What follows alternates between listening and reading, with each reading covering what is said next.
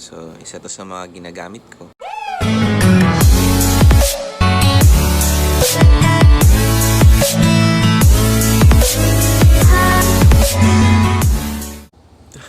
Hello, good morning. So, naisipan kong good morning pala sa lahat, mga kabosing. And ngayon, i-share ko sa inyo yung mga ginagamit ko kapag gumagawa ako ng vlog. Ginagawa ko na to kasi may ring light na ako. So ngayon, busy akong mag-transfer ng files mula dito. Yan, sa MAVIC Mini. So isa to sa mga ginagamit ko. Yung MAVIC Mini. Yan. Ay, lumabas ka naman, kuya. Ay, wala dito yung saan yung pangalan? Dito eh. Yan o. Yun. MAVIC Mini. Naka-front cam kasi, sorry. Insen sa mga ginagamit ko. Ito siya. Ito-transfer siya actually ng files. Yan. Zoom! Yan. Bagong gising lang ako. Tada! Ayan. Nabanggit ko na ito nga ginagamit ko. Itong DJI MAVIC Mini FMC Fly More Combo. So meron na siyang battery, meron na siyang battery, charger, lahat-lahat na. So napakaganda ng drone na to. Bakit? Maliit lang siya pero yung kaya niyang gawin is kaya niyang tapatan yung ginagawa ng ibang drone. Yes, true. O, diba? Ayun, so ilang months old na to sa akin. March, April, May, June, July, August, September, October. 8 month old na. 8 months na siya. And talagang grabing alaga ako dito. Sana hindi siya masira. Alam mo yun. Medyo may pagkamahalan kasi. Mahal na sa akin yung 26,000. Mahal yun. Mahal ang 26,000 para sa drone. Lalo na pag bibili ka ng 98,000 na drone. Ay. Di ba? And kasama niya ito ang controller. Yan nga, nabanggit ko. Controller. Yan. Pangalawa ay itong phone. Matay itong phone. Itong phone na to, Huawei Y7 2019. So kung nakita nyo yung unang video ko sa yung paano ko na-earn yung sahod ko, dito ko pinili yun. Yan, binili ko niyan. Bakit ko binili naman? Y7.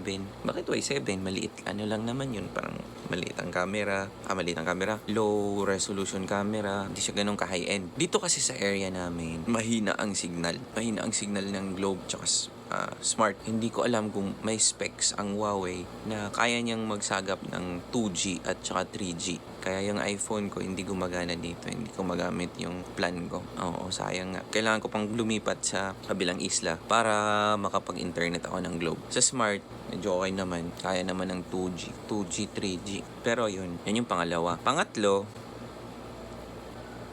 GOPRO. GoPro Hero 5. Tama pang ginagawa ko. GoPro Hero 5. GoPro Hero 5. Pero, itong Hero 5 na to, sa brother-in-law ko talaga to. And, yung Hero 7 Silver ko, iniwan sa bahay. So, nangyari, nag-swap kami. Swap kami ng phone.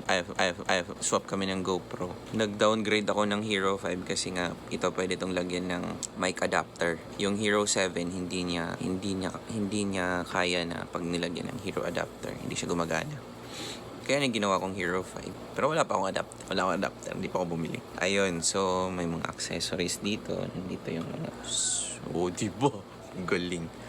Ito yung pinakagusto ko dito sa GoPro ko. Binilan ko siya ng ganito. Alam mo bang binahe ko pa to mula Cavite hanggang Metro Manila na naka-uniforme para lang bilhin tong mini tripod na to. Pero ang galing. Ginamit ko to nung ginawa ko yung Project Nemo na mga na upload. Ito yung ginamit ko. Parang sinet up ko lang siya. Nilagay ko siya lalim ng tubig. And then, yun. So, ilan na? 1, 2, 3. Pangapat ito. Itong phone na to. Ito ay iPhone 8. Matagal na to sa akin, men. Ano na to? 2018, 18. Kasi nung 17, iPhone 6s pa ako. And then, nung nag-upgrade ako ng 8, kung gusto niyo ng phone na talagang durable, yung alam mo yun, yung pang work phone lang, hindi ka masyadong mahilig maglaro, mga ganun. Or hindi ka masyadong into apps, iPhone okay yun sa'yo. Pero kung gusto mo yung maraming laro, makakapag-crack ka ng mga apps, ayun, Android gamitin mo. And ito yung pinaka-last pinaka-last ko na ginagamit. Ito. MacBook Air. So, dito talaga nangyayari lahat ng mga kababalaghan sa uploads. Itong MacBook Air ko, ito na talagang ginagamit kong pang-edit. Wala nang iba. Hindi ako marunong mag-edit ng phone, yung KineMaster. Hindi ako marunong yan. Unfortunately, hindi ako marunong mag-Adobe. Unfortunately, hindi ako marunong mag-Photoshop. Lahat dito sa MacBook. Gumagawa ako ng thumbnail, MacBook. Gumagawa ako ng music, MacBook. Kinain na ako ng MacBook. Ganun din. Nung binili ko yung iPhone, bumili na ako ng MacBook kasi yung compatibility niya, mabilis siyang i-connect. Yung AirDrop, mabilis lang. Ayun. So, lahat ng edits ko dito na nangyayari sa... Gamit ko is iMovie. So, mga MacBook users, alam nyo yan, iMovie ang ginagamit. Very convenient siya. Mabilis lang gamitin. Simple lang. Paano mo pagagandahin yung video mo? Maraming tutorials naman sa YouTube. Pwede kang magtingin-tingin doon gamit ang MacBook Air. Pinagpaplanuhan kong mag-MacBook Pro pero hindi ko pa nakalikot.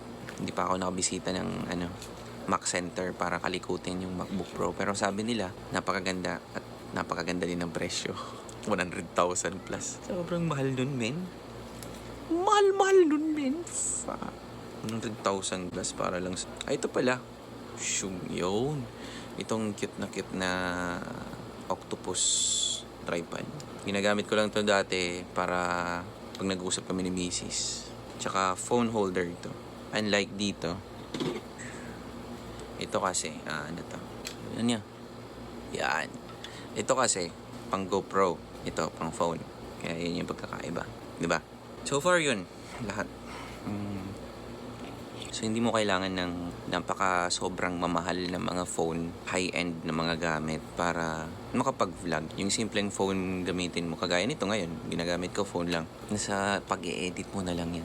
And, yun, ulit, tamang-tama, mag-shoutout na lang ako. Unang-una, shoutout dito sa kanila.